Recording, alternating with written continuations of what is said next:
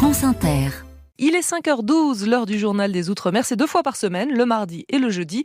Et toujours avec José Manuel Lamarque. Bonjour. Bonjour Mathilde Munoz. Le ministre de l'Intérieur a passé le réveillon de la Saint-Sylvestre à Mayotte. Ce fut une visite, Mathilde, suite à la flambée de violence qui a marqué l'île au mois de novembre dernier. Gérald Darmanin, le ministre de l'Intérieur et des Outre-mer, a fait plusieurs annonces samedi dernier, entre autres la pérennisation du raid, soit le maintien de 12 policiers en renfort pour plusieurs mois. Il y a désormais 1300 policiers et gendarmes sur une île qui compte 300 000 habitants, dont 5 unités d'élite de gendarmes mobiles, 37 gendarmes du GIGN. Et Gérald Darmanin a annoncé un renforcement de police judiciaire suite au décret du 27 décembre dernier qui a concrétisé l'engagement du gouvernement d'avoir une unité de police judiciaire contre l'immigration illégale à Mayotte. Aussi la création d'un groupe interministériel de recherche, c'est-à-dire des policiers et des gendarmes spécialisés qui vont travailler sur les trafics qui naissent de cette immigration irrégulière, notamment le travail illégal ou la contrebande de marchandises.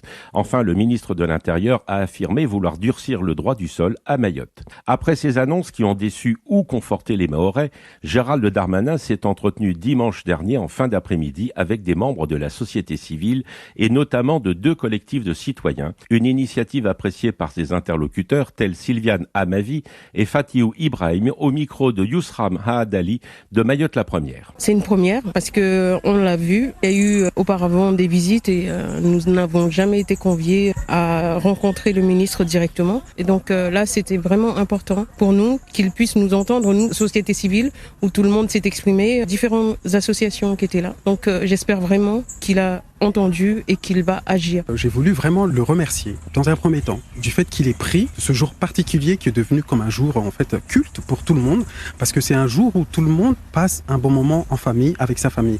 Le ministre des Outre-mer a décidé que ce jour-là, il allait le passer à Mayotte avec nous. Nous lui avons fait comprendre que c'est un signe duquel il doit être remercié.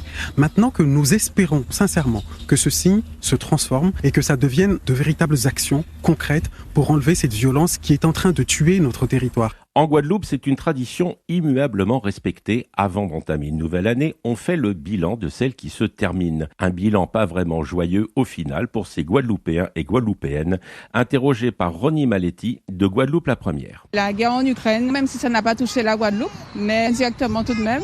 Les conséquences du Covid, il y a eu Fiona et l'augmentation de tous les prix avec la guerre en Ukraine, entre parenthèses. Des coupures d'eau fréquentes et tout est cher. C'est le Covid, Le Covid a fait mal et ça a fait changer la population quand même. La mentalité a changé, ça m'a marqué. La suspension des soignants, là j'ai trouvé que c'était une véritable injustice. Voilà, c'est l'événement que je garde en mémoire pour 2022. Des personnels soignants encore suspendus. Ça m'a vraiment beaucoup touché. Pour la Guadeloupe, c'est vraiment cela.